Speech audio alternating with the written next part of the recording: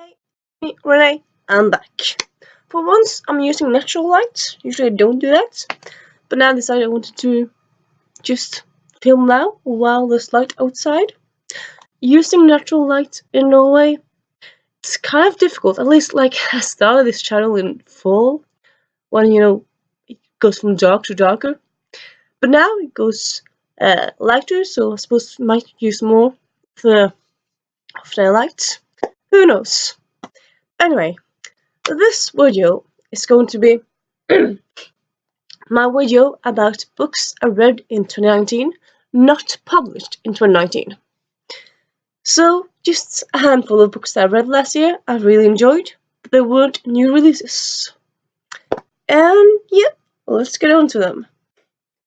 First one is The Inexplicable Logic of My Life by Benjamin Aliere Science.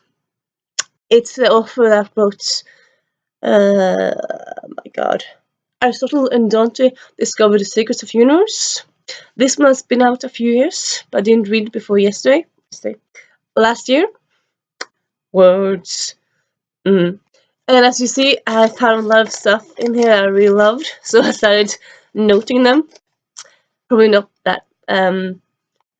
that practical for, post-its, because I probably should take them out. I mean, they're good to be used otherwise. But yeah, I read this one for a readathon. I think it was for the Gilmore Girls readathon. Could be for contemporary readathon. I'm not sure. Did so many last year. But yeah, highly enjoyed this one. So if you haven't picked this up, pick it up now. Then we have sorry. The Girl is Trouble by Catherine Miller Hines. When talking about this duology, I'm often confusing the first and second book, because the first book is called The Girl is Murder, the second is The Girl is Trouble. So it's one of those series where they have the names of the titles are very similar. It's the same system of it. But yeah, I read this one for readathon. I'm pretty sure it was Gilmore Girls readathon. Yeah, because it's not contemporary, so it has to be Gilmore Girls readathon. It's a book I highly enjoyed. It's the second in the series, and well, it's a duology, so it's second and last. I would describe it as a werent homage set in 1940s. It has the mystery. It has a girl who used to be rich, who's now not rich, or who used to live among the rich, who's now not. And yeah, it has great plots. It takes stuff from the first book and incorporates it into the second book. But you don't need exactly to read the first book. You can read them separately, but they are like a series. But yeah, very good book. Historical mystery, highly recommended. Then, moments. We have The Coney Crow by Colin Gleason. Sorry, my cold is almost gone away. Not completely, but almost. But yeah, this is the fourth book in the Stoker and Holmes series. It's the penultimate one, so it's the next to last one. It ends on quite a fun cliffhanger, or not cliffhanger, but oh my god, what's going to happen next? It's not like a complete cliffhanger, it's no one's dying, but it's oh, all the stuff that's been revealed. What? How is this going to be wrapped up in the last book? But it is really good in its own as a book. Highly enjoy this one. Well, it's in the series. Yes, love the series, and it's so good. Highly recommend it. And then we have another historical book. I read a lot of historical books last year. Well, historical-ish. Some of them are. Cornelian Crow is historical and other. I have Things a Bright Girl Can Do by Sally Nichols. We talked about this before because I read it for readathon. But anyway, it's set in Britain, in the Great Britain. No, Great Britain. Yeah, in England. It's set in England in the 1910s, the years leading up to the First World War. It takes place over think it's 5 years. Not completely sure, but I think it's around 5 years. So you have a lot of this book starts in 1 year, and then it jumps a bit, and then that year, and then it jumps another time. So it's not like 1 year, 1 chapter and stuff, but it's, yeah. It takes place around female suffrage movement. You know, females who wanted to get a vote in England. This we got vote first. But yeah, and it's told from different point of views. It's told from one.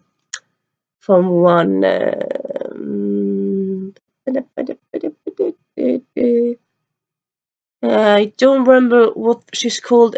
Well, she's called what is exactly, but it's told from the point of view of a character that's some kind of Christian, where they don't participate in violence in war. So she's against the war, but for the votes, and she's middle class. And then a friend of her is poor, but pro-war. She wants to go to war. And then you have a rich lady who wants to get an education, but her parents don't want to give her to her because, you know, females, they shouldn't read. Stupid. I know. Highly enjoy this one. Though it's actually a bit steamy in there. You wouldn't think so from reading about it, but it actually is a bit steamy here and there. So just FYI about that one, about that aspect. But yeah, very good book. And then we have. Let's just move on to another historical while we're at it. Actually, while thinking about it, I think most of these books lists are going to be historicals in some way or another. Quite fun. Historical last year was a great year for me. It's a great book for me. Oh no, book. Yeah. Cream Buns and Crime by Robin Stephen. I read this last or second to last week in December. Highly enjoyed it. It's both filled with short stories and a murder most unladylike series, but it's also chapters with focus on true crime. Well, unsolved mysteries. I suppose that is true crime, but yeah. But then it's also about Agatha Christie and all the others,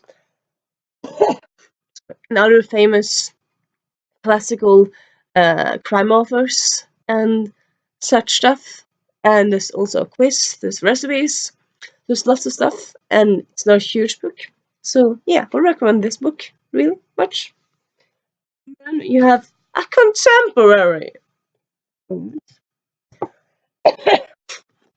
The Rose-Tinted Skies by Louise Bono. This one is about a teenage girl who has agoraphobia. She used to not have it, but then when she was 10 or something happened and she just had full-on agoraphobia.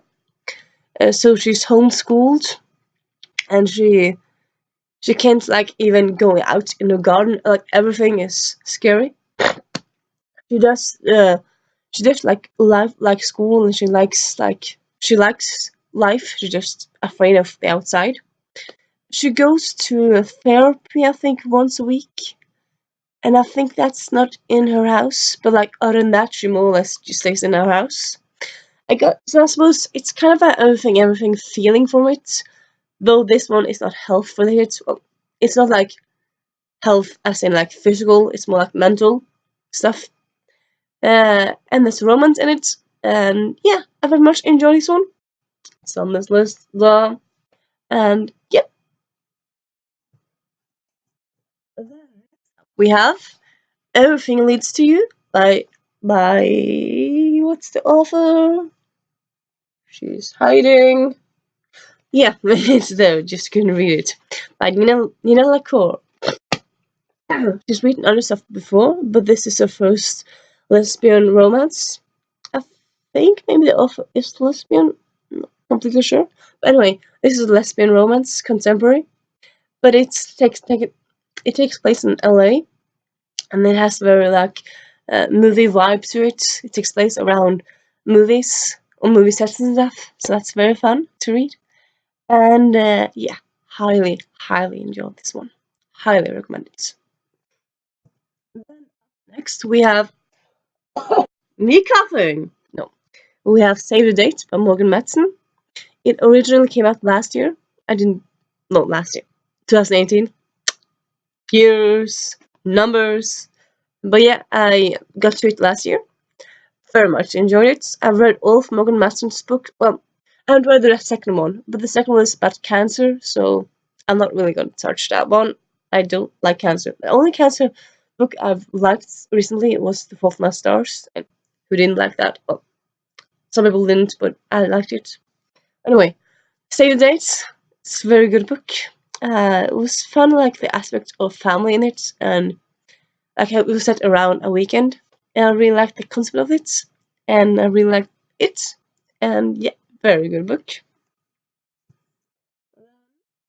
Almost finished. We're back to no. This is not historical. Sorry. Sorry. Spartan Heart by Jennifer Estrup. Estrup. Sorry. It's the first book in her Mythos Academy spin-off. So this one takes it sets it's based around people Rory Forsetti. Quite fun really, because Rory Gilmore, Rory Forsetti. Usually Rory is like you don't really meet that many Rorys.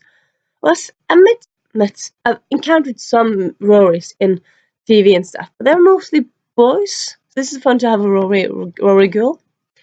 But yeah, it's the cousin, spoilerish, of Gwen from the first series. This one is though actually going to be a trilogy, not a six quet. Well, the last other series was 6 books. This is just going to be 3 books. But I really enjoyed this one. Very fun to be back in this world and to have a different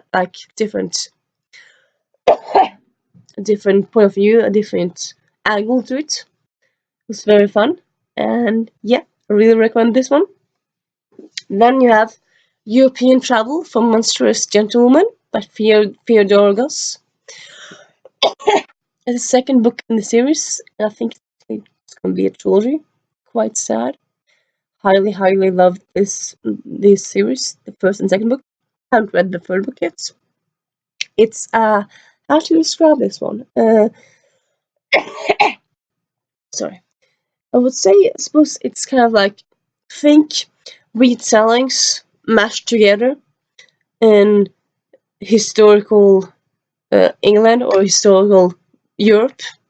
Like the characters in this, they're like Frankenstein's monster's girlfriend, and then you have the island of Moreau's creature, and like you have these different creatures from Gothic stories, but they're all like females.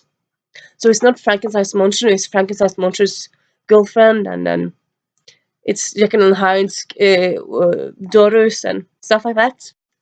It's told from semi-told from multiple point of view. It's not directly, but it's kind of a wacky point of view, I suppose, in a way. I suppose not supposed to say. It's narrated by the way like of one of the characters, but she's like sometimes it says, uh, "Oh, during this scene, I was very hungry, and later no, it's not exactly like that. No, yeah, she gets interrupted because she writes the narrative, but all the people who are in the narrative are like sitting around, like saying, "That didn't happen. You're saying that wrong, and that's wrong also." And like, so it's kind of meta in a way. So some people like that, some people don't like that. I really enjoy that aspect of it. So yeah, just so you know that. Yeah, and very nice cover art, isn't it? I love it. So yeah, very good book. And then a small caveat. I have, I think, 2 or 3 more books, but they were library books, so I returned them.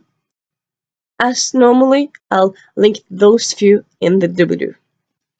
The last book I own is My Lady Jane. No, sorry, My Plain Jane by Cynthia Hand, Brody Ashton, and Jody Meadows. It's kind of fun actually. Like I read a book by Cynthia Hand, pretty sure. I read Brody Ashton and Jody Meadows, I didn't like those three like books, but I really enjoyed my Plain Jane and my Lady Jane. So it's kind of like, okay, so authors are not like they can write good books and bad books. I suppose it's more the aspect of the concept itself I really like. I remember thinking of liking the writing of the books I read before, so it's weird. Anyway, I really really like this series and this concept. I very much enjoyed this book, but I read it in the spring, I think. It's it's a retelling of Jane Eyre. Jane Eyre is one of my favorite stories. Really enjoy it. And some people say they like the first book more than the second book. I enjoy them both equally in different ways. Oh, yes, it wasn't like them in the same way really. They both have humor in them and stuff, which I really like. So yeah, and that's my favorite books I read last year. The word from last year. Do you have any books that you read last year that weren't from last year? Recommend them to me in the or just in the comments, or just mention them. And this is me saying Renee out. I just realized I forgot to mention this one. Read it last year, Heart of Iron. I really, really enjoyed it. It came out, I'm pretty sure it came out 2 weeks ago, maybe 1 year ago. Give me a moment. Yeah, it came out in 2018. Just gonna double check it. Don't want to be wrong because the list. Don't like mention something from last year if it's mentioned something that's yep, came out 2018. So it was not published last year, but I read it last year. Very much enjoyed it, and yeah, that's the end of that. See you. Bye.